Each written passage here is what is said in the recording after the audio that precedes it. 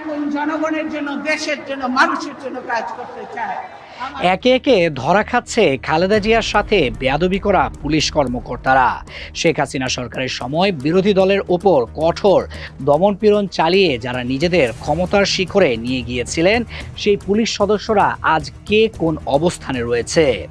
একসময় যারা মনে করেছিলেন রাষ্ট্রীয় ক্ষমতায় তাদের সবচেয়ে বড় ঢাল, রাজনৈতিক পট পরিবর্তনের পর তারাই এখন নিজেদের কর্মকাণ্ডের জবাব দিতে বাধ্য হচ্ছেন।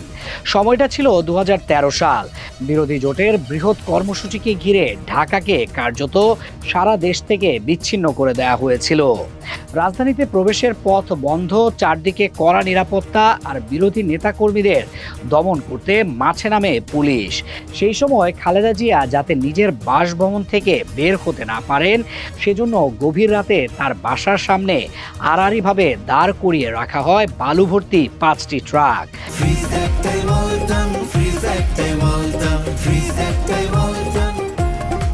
আর এই কাজে সবচেয়ে অগ্রণী ভূমিকা পালন করেছিলেন তৎকালীন ডিএমপির এডিসি শামসুন নাহার।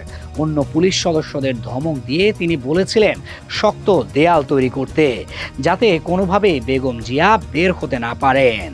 এমনকি সরাসরি খালেদা জিয়ার মুখের উপর তিনি বলেছিলেন সব পথ বন্ধ, তাকে ভেতরেই থাকতে হবে। এই চরম উদ্ধতপূর্ণ আচরণের জবাব দিতে গিয়ে সেদিন বেগম জিয়া ক্ষোভে ফেটে পড়েছিলেন।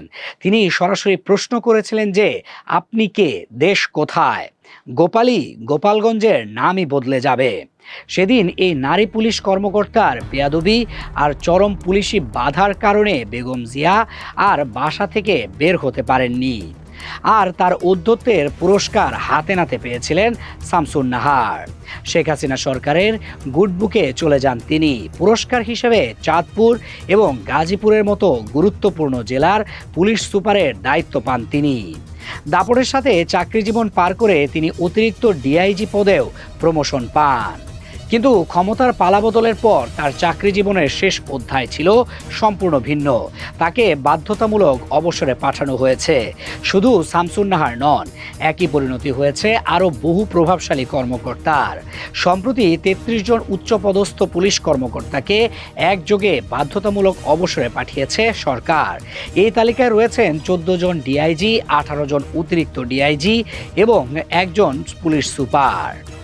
তাদের অনেকেই 2018 সালের বিতর্কিত জাতীয় নির্বাচনের সময় জেলার এসপি কিংবা মহানগর পুলিশের ডিসি হিসেবে দায়িত্ব পালন করেছিলেন। অভিযোগ রয়েছে বিরোধী দলের নেতাকর্মীদের গ্রেফতার, নির্বাচনকে একতরফা করার পরিবেশ তৈরি এবং প্রশাসনিক ক্ষমতা ব্যবহার করে ভোটের মাঠ নিয়ন্ত্রণে রাখার ক্ষেত্রে তারা সক্রিয় ভূমিকা পালন করেছিলেন। এই তালিকার সবচেয়ে আলোচিত নামগুলোর একটি ডিআইজি মোল্লা নজরুল ইসলাম। অভিযোগ, গাজীপুর মেট্রোপলিটন পুলিশের কমিশনার হওয়ার জন্য তিনি তৎকালীন স্বরাষ্ট্রমন্ত্রী আসাদুজ্জামান খান কামালের ঘনিষ্ঠদের মাধ্যমে প্রায় 5 কোটি টাকা ঘুষ দিয়েছিলেন। একসময় যাদের নির্দেশে জেলার প্রশাসন কেঁপে উঠত, যাদের সামনে সাধারণ মানুষ তো বটেই, অনেক সরকারি কর্মকর্তাও সতর্ক হয়ে চলতেন, আজ সেই কর্মকর্তাদের বড় একটি অংশ হারিয়েছেন চাকরি। কেউ কারাগারে, কেউ বিচারের মুখোমুখি, আবার কেউ আত্মগোপনে। তালিকায় আরও রয়েছেন মোহাম্মদ সাইফুল ইসলাম, মিরাজউদ্দিন আহমেদ, শাহ মিজান শাফিউর রহমান, SM মোস্তাক আহমেদ, মইনুল হক, মোহাম্মদ ইলিয়াস শরীফ, জামিল হাসান ও মনিরুজ্জামান সহ আরও অনেকে।